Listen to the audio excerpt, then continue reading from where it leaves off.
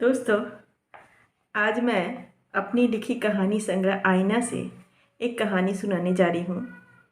आशा करती हूँ पसंद आएगी।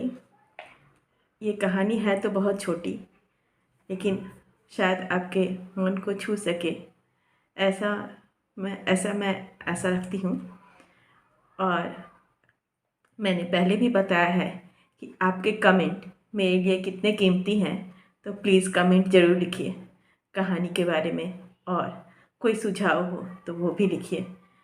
आगे मैं इस पर ध्यान दूंगी।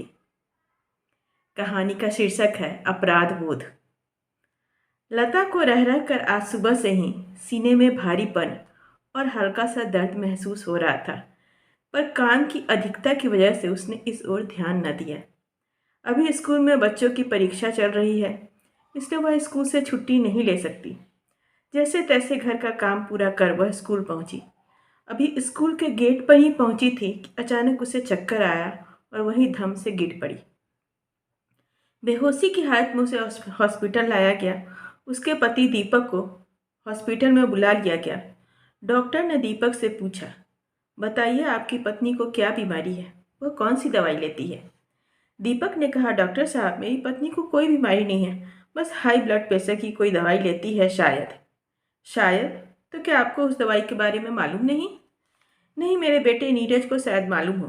डॉक्टर ने नीरज को जब दवाई के बारे में पूछा तो उसने भी यही कहा कि उसे मालूम नहीं उसकी माँ कौन सी दवाई लेती है।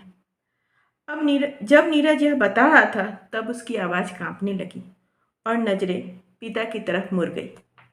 मन में ग्लानि थी कि आज तक उसने यह जानने की कोशिश न की कि माँ कौन सी दवाई लेती है।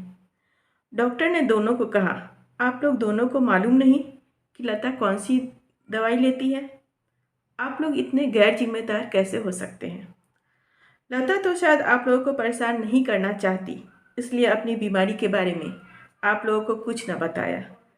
पर आप लोगों ने भी कभी जानने की कोशिश न की? घबराते हुए दीपक ने पूछा, बताइए डॉक्टर साहब, लता को आखिर क्या बीमारी है? डॉक्टर ने कहा, उन्हें दिल की बीमारी है। उनका दिल बहुत कमज़ोर हो गया है और इसकी रफ्तार बहुत धीमी हो गई है। इसे डॉक्टर्स की भाषा में हार्ट प्रॉब्लम कहते हैं। डॉक्टर की बातें सुन नीरज की आंखों से आंसू निकल पड़े और दीपक अपराध बोध में डूबता जा रहा था। सचमुच उसने पिछले कुछ दिनों से लता और घर की तरफ ध्यान ही न दिया था, बस ऑफिस के काम में उलझा रहा। लता इतनी बीमार होने के बावजूद भी घर और स्कूल दोनों संभालती रही। उसने मन ही मन फैसला किया कि अब वह ऑफिस और घर में बराबर समय देगा। बस ईश्वर की कृपा से लता स्वस्थ हो जाए। प्रार्थना के लिए उसने दोनों हाथ जोड़ लिए। नीरज को भी अपनी भूल का एहसास हो रहा था। उसने माँ के हाथ को अपने हाथ में लेते हुए अपने आप से वादा किया कि वो अब हमेशा अपनी माँ का ध्यान रखेगा। Thank you.